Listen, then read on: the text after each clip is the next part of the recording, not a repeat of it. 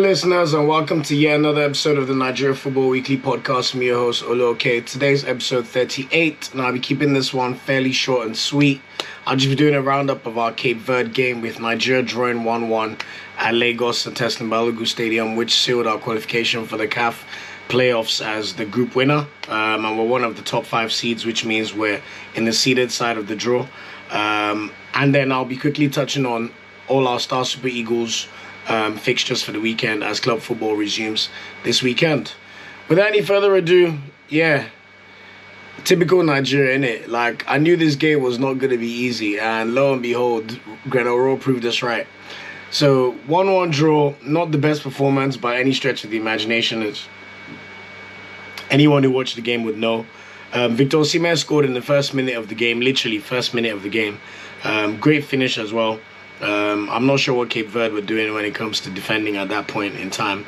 But somehow Nigeria decided to concede a goal 6 minutes later in the 7th minute from Cape Verde corner.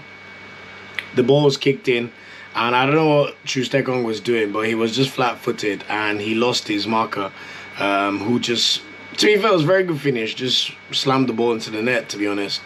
And that was really it for the rest of the game. Like, the first half, to be fair to the Super Eagles, Nigeria created quite a few chances and should have won the game. But they just weren't prepared, man. I don't know what was happening. It just wasn't a great display. Like, to be honest, the last 20 minutes of the game, I was so nervous because if Cape Verde scored 1 goal, that would have been curtains for Nigeria in the World Cup. But anyway, in terms of the starting lineup, Gernot Rohr kept his 3-5-2 formation. Very, very conservative, I must say. Only change he made was bringing on Igalo. Igalo came in to start the game ahead of Iheanacho. I still don't know what Igalo was doing in this team. And to be honest with you, you could tell he plays in the Saudi League. He just looked off the pace and not fit at all, even though he had 1 or 2 touches. But all in all, you could tell, I'll say international football has passed him by. So hopefully, this is the first and the last time we see Igalo call up in 2021 or 2022 when AFCON comes around. After the Cape Verde equalizer, we had a few decent openings. Igalo literally lagoed the ball in 26th minute after a nice cutback. Jaribo had a really, really good shot as well in the 29th minute. It drew a good save from the Cape Verde goalkeeper. Igalo also missed a header from an Osimhen cross in the 32nd minute. It was a bit of a pity, to be honest. Osimhen had a free kick in the 39th minute, and he was supposed to cross the ball into the box, but it went towards the goal. So the Cape Verde goalkeeper had to tip the ball over. But all in all, decent first half. We were definitely the better team, but I knew we would pay for not taking our chances. Second half, chances very, very few and far between, and Rohr's changes were very, very, very conservative. So Osimhen went off injured. He brought on Abdoulaye Shehu. And with all, you guys know me, I cover all these players' teams. Abdoulaye Shehu's team are currently 9th in the Cypriot League. Tell me if that's the kind of player you should be bringing on when you're trying to consolidate a game or go 2-1 up. When you have Ola not playing in Syria on the bench. In the 77th minute, he didn't make any other subs until the 77th minute of the game. Then he brought on Iheanacho for Igalo, and Franco Yeka replaced Aribo, who put in quite a good shift in the game. In its first minute, Osimhen cut the ball back from Kelechi, but it just didn't. Osimhen couldn't find Kelechi, sorry. And then in the 84th minute, we had another scare because Ryan Mendes absolutely destroyed Leo Balogun. Like, he chopped him like twice, and Leo Balogun just tackled him and got a yellow card. But all in all, last few minutes, to be fair, Cape Verde made a lot of subs and tried to throw the sink at Nigeria. But actually, just before the 90th minute, Ndidi made a block, which was very, very crucial. And that was the one time where my heart was probably in my mouth, and I was like, Nigeria, come on. But all in all, pretty routine draw. Not impressive, but standout performer as usual was Victor Osimhen. He was incredible. Like, you could just tell he's a level above the rest in terms of his club performances and translating his club performances to the international scene. Ndidi was alright as well. Who else had a pretty decent... I thought Jaribo had a pretty decent game, to be fair. One of his better games for the Super Eagles in a while. The players who left a lot to be desired. Trustekong, man. These last 2 games, like, if we were playing against better opposition, I really think we would have paid the price for some of his lapse in concentration in terms of defending. I love what he's doing with his YouTube channel, man, but maybe he needs to spend some of that time focusing on his craft, because he's been dropped from his club. Remember, we'll see what happens when Watford play Man United this weekend. And Moses Simon is not a right wing back, and it showed yet again. He was not at his best at all. So Igala was all right. Like, he wasn't absolutely terrible, but you could tell he should not be playing. So anyway, all in all, we're glad that we topped the group. We had a total of 13 points. We won 4 of our games. I drew 1. And of course, we lost the game against the Central African Republic. This means that we're one of the 10 teams that's qualified as group winners. So there'll be a draw in December, and we're part of the top 5 seeded teams, as I said earlier, alongside Algeria, Senegal, Tunisia, and Morocco. So those 4 teams in Nigeria are the 5 seeded teams in the draw based on our FIFA World Rankings. And then all those 5 teams will be placed to play against either Egypt, Ghana, Cameroon, Mali, or DR Congo. So it will happen before AFCON starts, and of course we'll bring you what happens in that situation. If I could pick a preference, I'll probably say DR Congo. They're probably the weakest of all 5 teams, but to be fair, I fancy our chances against any of those teams, because even Egypt did not exactly look super impressive in all their games. They drew 2-2 against Angola and looked quite shaky. Cameroon looked pretty good in their game against Ivory Coast, but then again, you like to think Nigeria could give Cameroon a run for their money at any point. Nigeria-Ghana will obviously be a big rivalry, so that could be fun to watch, and I still think we have the slightly better team. Mali are a bit of a dark horse. I don't think they've conceded any goal in qualifying, and they were very impressive. So I'd rather avoid Mali, but at the same time, you like to think Nigeria should be able to beat Mali. So anyway, shout out Super Eagles, and we'll see what happens next. Earlier today, though, I'm recording this on Thursday, there were rumors that the NFF had sacked Gernot Rohr. I know that they weren't very happy with the performance, and rightfully so, because we should be dominating certain games against Cape Verde and Liberia, and the style of play is just not there. The attacking verve is just not there, and it just looks so disjointed. This was the rumor going on earlier in the day, but the NFF released a statement denying it. But to be fair, they did not explicitly state they will be retaining him either. You have to think it's a bit of a money issue, so if they could sort out his back payments and how much they'll have to pay him based on his contract, maybe we might see a new manager appointed. But I've also heard, based on the clause in his contract, he's been told to basically win AFCON and qualify Nigeria for the World Cup. So if they keep him up until AFCON and Nigeria don't win, then they'll have grounds to sack him based on the contract. But it's just been really poor from Nigeria, especially 2020 and 2021. It looks like Rohr's just, hung the towel in. Like, he's not. I've been seeing so many comparisons with Man United and Ole Gunnar Solskjaer. Like, fair play for the good you did, but it looks like he's just run his course in terms of being able to take the Super Eagles just to that next level. So let's see what happens in that situation. Super Eagles don't have any more games till the end of the year. The next fixture we'll play will be the African Cup of Nations against Egypt in early January. And I believe the Africa Cup of Nations squad will be announced towards the end of December. So we'll definitely bring you that list. I remember it'll be an expanded list of 28 players. So I'd like to see Tawa Wani back in that team and certain people who deserve to be in the team, not just who Gernot Rohr likes. But yeah, that's it in terms of the international window. And yeah, we'll see what happens when AFCON comes around. Hopefully we can still win it, because trust me, that has to be the goal, regardless of what the performances have looked like. So moving on back to club football, with the international break being out of the window, we have club football back. I know that's still what everybody loves. It's the bread and butter of the football season, and I'm excited the Premier League is back, most especially. So very quickly, I'll just be running through who all our Super Eagles players will be playing over the weekend, and of course we'll go back to the regular schedule next week, where we just bring you the updates on how they performed and who they'll be playing next. So Kelechi Iheanacho, Wilfred Ndidi, and Ademola Lookman, they've got a very tasty tie in the Saturday lunchtime kickoff against European champions Chelsea. We know Leicester have been nothing like their usual selves to start the season. So to be honest, I expect the Chelsea win in this game, but you just never know. So that's 12:30 p.m. kickoff. I believe that'll be 1:30 p.m. in Nigeria. All 3 players may start. We may see Ademola Lookman not start. He may be on the bench. Kelechi may be on the bench. Or we know for a fact that Ndidi will start. Moving on to Everton, Alex Iwobi, they've got a tough game. Everton have got a very, very tough game against Manchester City on Sunday, away as well at the Etihad. And we know that Man City, their last game at the Etihad, they lost to Crystal Palace. So they'll be very, very keen to right those wrongs. To be honest, I can see them smashing the hell out of Everton. I think this could be like 4-0. But that's on Sunday at 2 p.m. So look out for that game.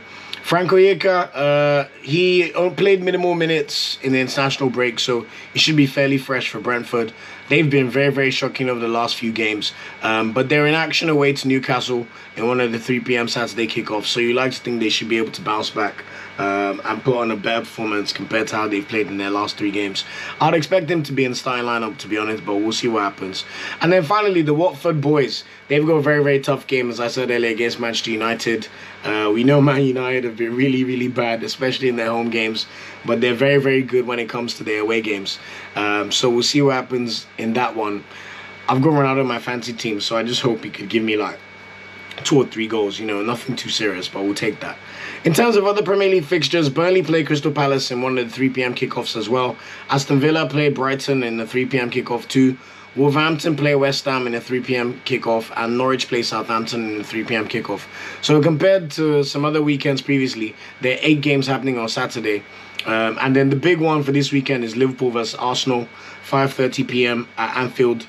I mean, Arsenal, we've lost our last 5 games at Anfield, so it's safe to say I have no expectations for my club in this game, and I expect Liverpool to beat us, but hopefully we could put up a much better fight than we've done in the last few seasons, because honestly, we just go to Anfield and just get battered, literally slapped.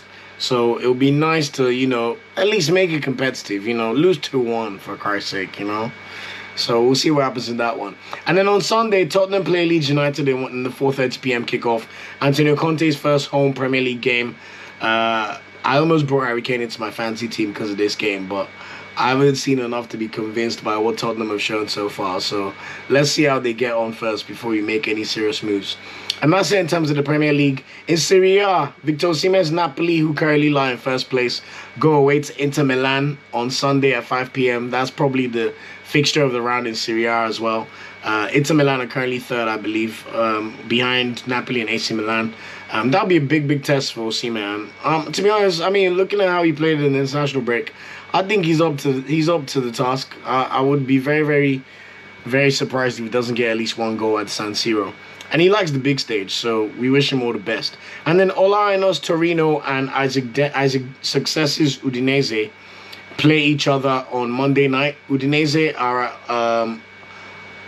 the away team, so Torino are at home to Udinese. It's 7:45 p.m. kickoff. And then the Venezia boys, David Okereke and Ebuehi, they're playing Bologna away on Sunday at 2 p.m. We know Bologna have Kingsley Michael of the Super Eagles, but we'll see if there's been an injury update and if he's back to full fitness to play for them. But more than likely, he's still injured. And then Simino Arco and Joel Obi at Salernitana, they play Sampdoria at home on Sunday at 2 p.m.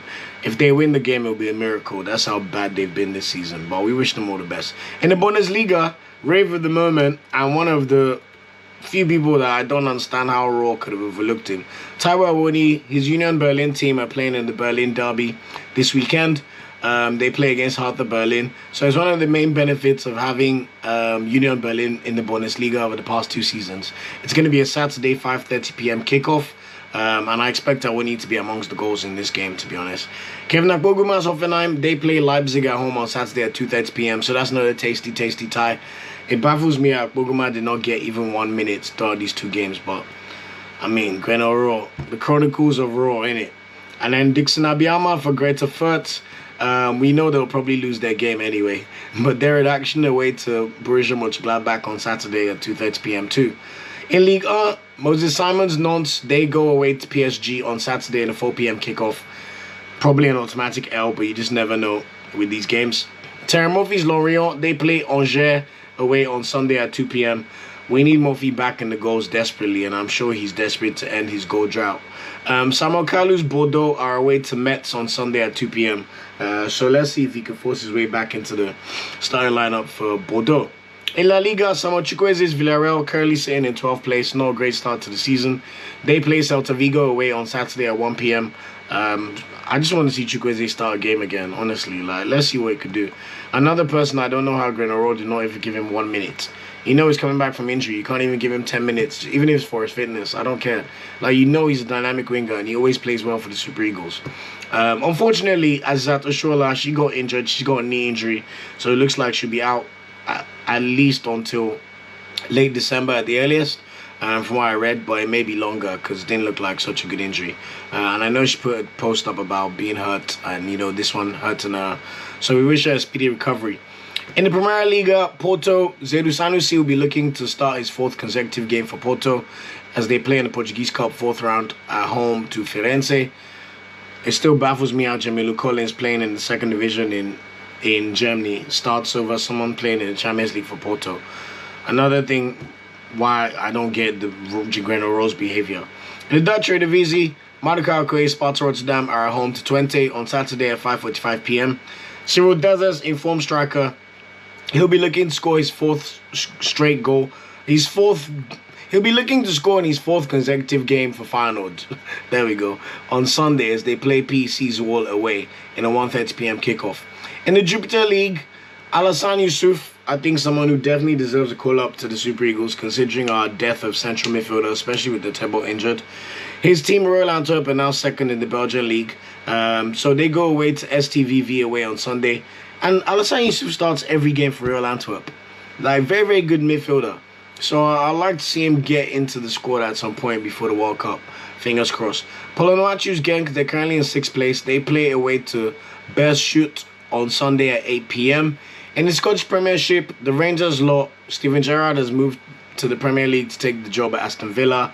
So Giovanni von Bronckhorst, former Arsenal and Barcelona and Dutch international, has taken over the reins at the Ibrox. His first game is going to be a Scottish League semi-final on Sunday at 4 p.m. So yeah, talk about baptism of fire, eh? Let me even remember who they're playing. I forgot to write it down. They're playing Hibs. So you'd expect Rangers to win the game, but we wish them all the best. And hopefully all 3 players, Aribo, Balogun and Bassi, will continue to start games for Rangers, even under the new manager.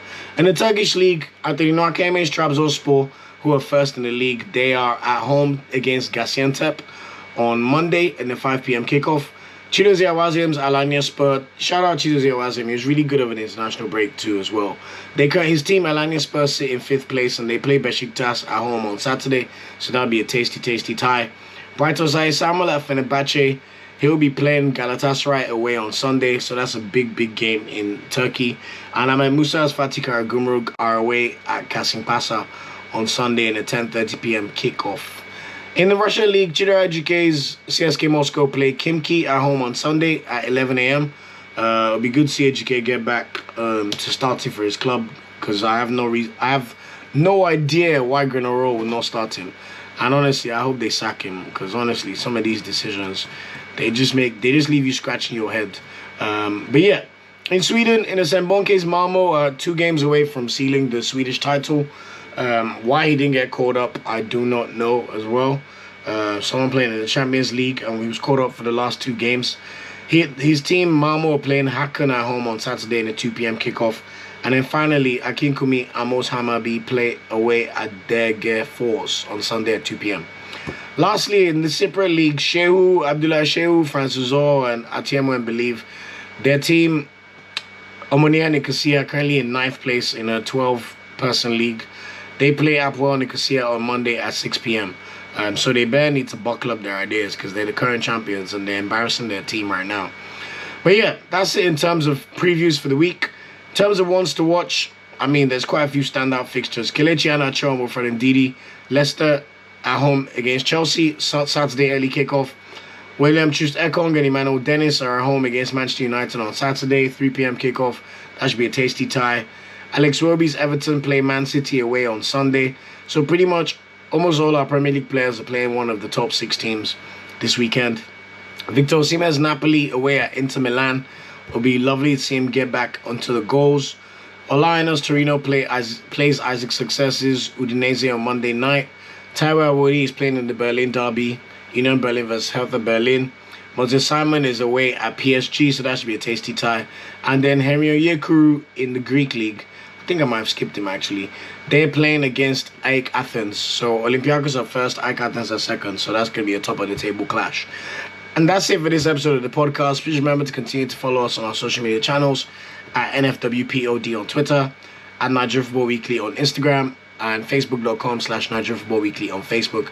I'm the host, Olu. Enjoy the football over the weekend.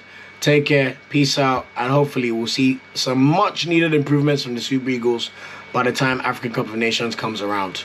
Take care. Thanks for watching this video. Please like, share, subscribe, and click the bell to get a notification whenever we drop a video. You can also find our social media channels listed below. And of course, up Super Eagles and Nigerian, they ever carry last.